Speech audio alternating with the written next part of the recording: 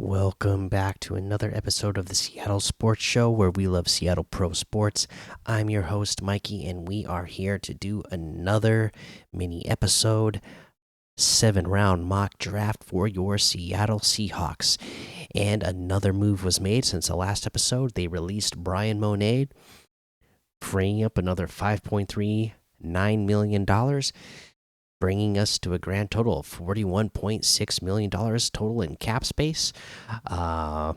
So again, I'm having fun doing these mock drafts, but it's really going to be fun to see how our view on these mock drafts change over the coming weeks as they release more players, structure more players, possibly trade players, and then obviously go out and sign players in free agency. Because if they go sign, we've obviously been targeting linebackers and safeties a ton in these mock drafts, and offensive linemen. But do they go out and sign a bunch of veteran offensive linemen with all this cap space they have now?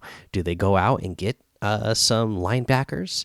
Do they go out and get some safeties? The safety market is over flooded now with all the safeties that have been released in the last couple of days. The Seahawks and then across the league, a ton of safeties are being released. A lot of safeties with big deals that teams just didn't want to pay that amount for anymore for the production they were getting from them. So a lot of really good names out there too. So how is that going to affect their market, and can you get some good safeties on a much cheaper rate than what you were paying? This is all going to be things that affect what we do here in the next coming weeks. But we know what we know now, or we have what we have now, and we're just going to keep drafting based off of that. And yeah, let's dive into it. Let's get into this mock draft. All right, 7 rounds.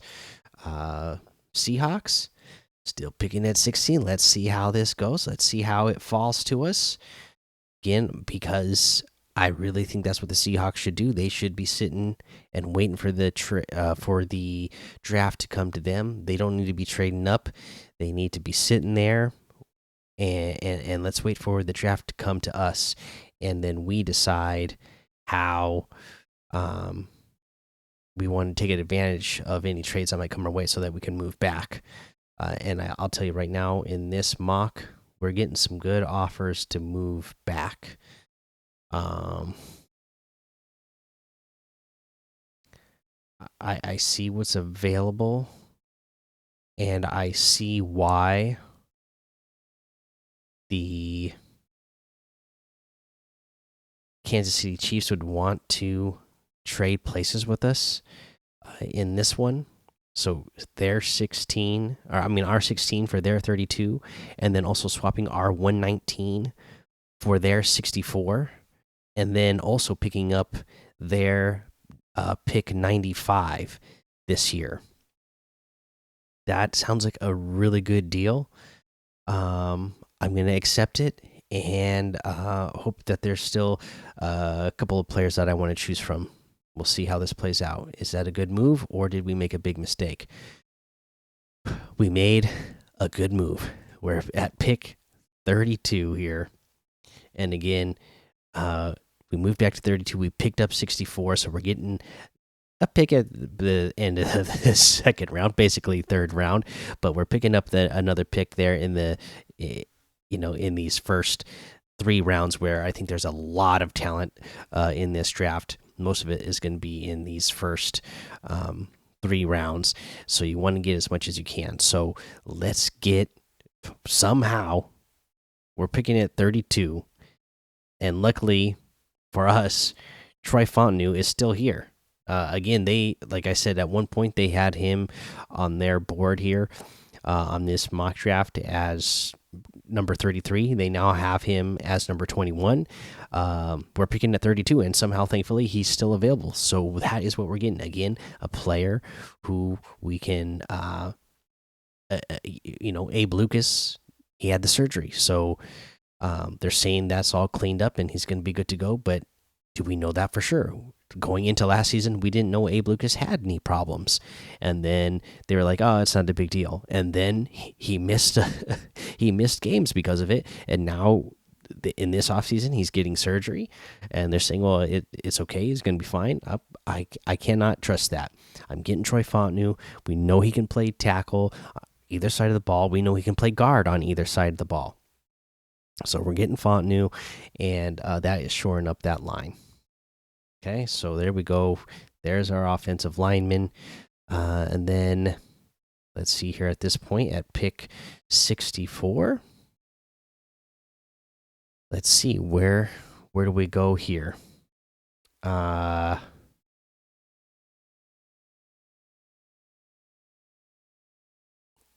this point, we're at 64. Junior Colson, we're taking him again. Just makes too much sense to pass on for the Seahawks. Okay, getting that linebacker out of Michigan. Let's see here. Here we go again. Trevin Wallace available here. I say we do that as well. We get Trevin Wallace, and then we're set at linebacker. A couple more trade offers that we're not going to take, and then let's see here. We got our next pick, and we are gonna go Kalen Bullock.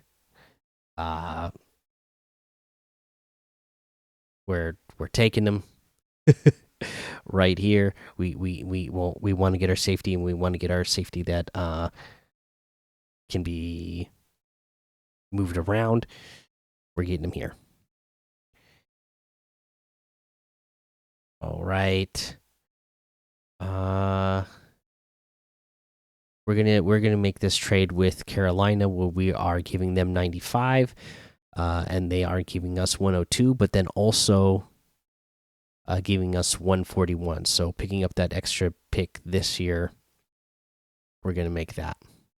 Okay. Now we are picking at 102, and a few choices here. Couple different ways we can go, and so what I want to do here is take, this is actually a tough choice between McKinley Jackson and Dwayne Carter. Let's see here. If I'm going to take one of these players, we're talking about McKinley Jackson, 326. And then you're talking about Dwayne Carter, 302. We just got rid of Monet. He's your defensive tackle that could, was your nose tackle type. Do you want to still have that type of player on your team? Obviously, at a much cheaper rate now. You get McKinley Jackson. Let's do it. Okay. Now we're waiting for our next pick, and let's see how this plays out for us. Whew, okay. There's an intriguing trade being offered once again to move back from 141 to 145 with Tennessee. I need to take a look at, see what else is available. That's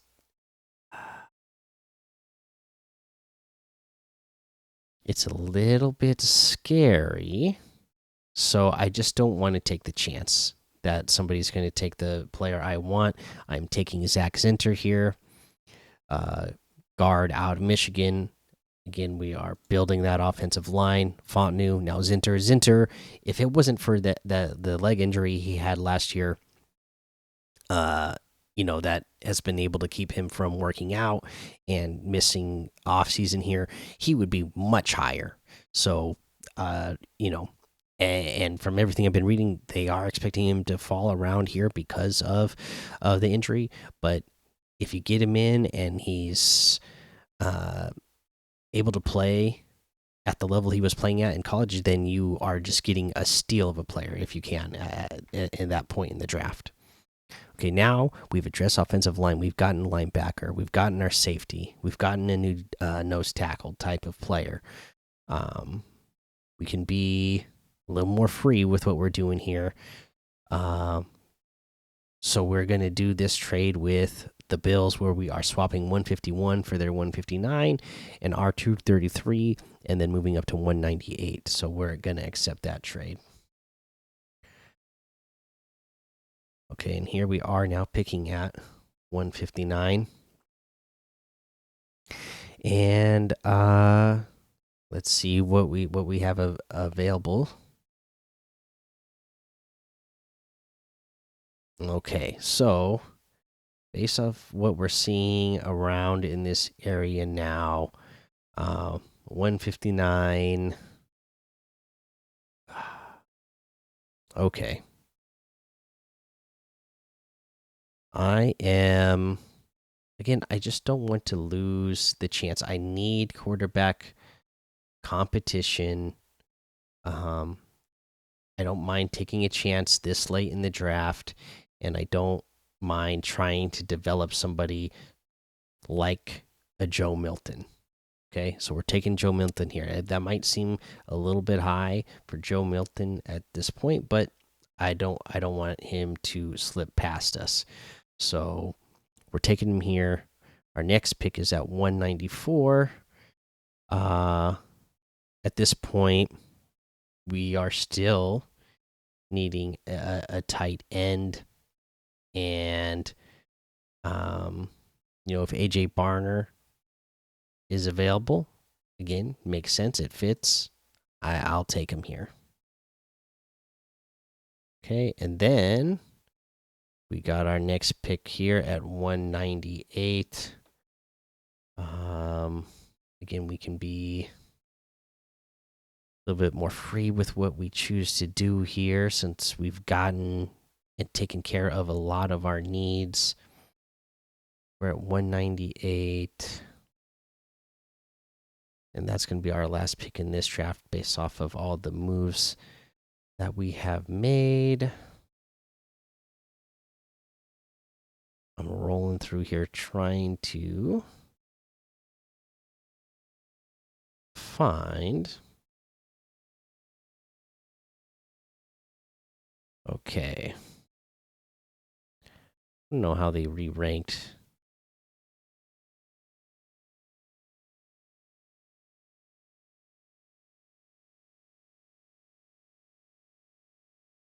Okay.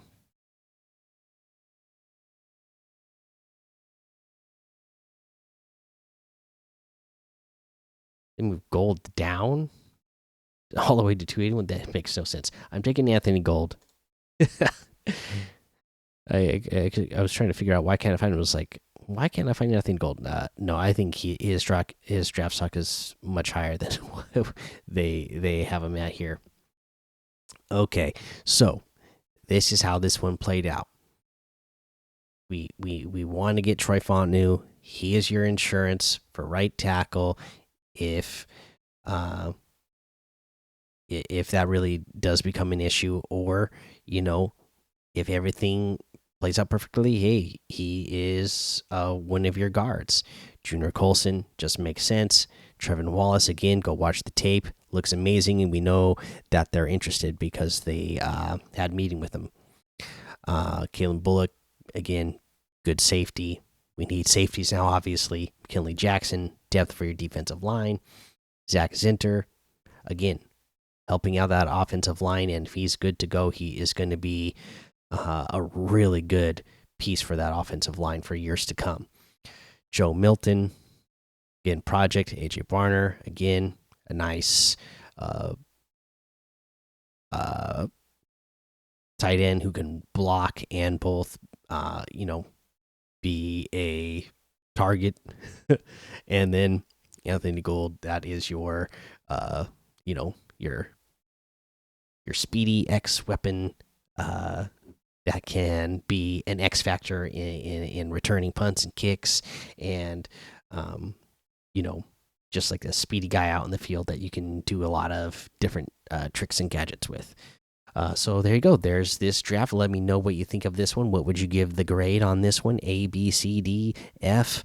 Let me know what you think, and subscribe, hit the notification bell, like, leave those comments. If you're listening to this on podcast, subscribe, follow, leave a review, leave a rating. That all helps out the show. And that is it for this one. So thanks for listening to the Seattle Sports Show, where we watch legends awaken. So take cover, because with the sea of sound, you will see us rise to reign supreme and win forever.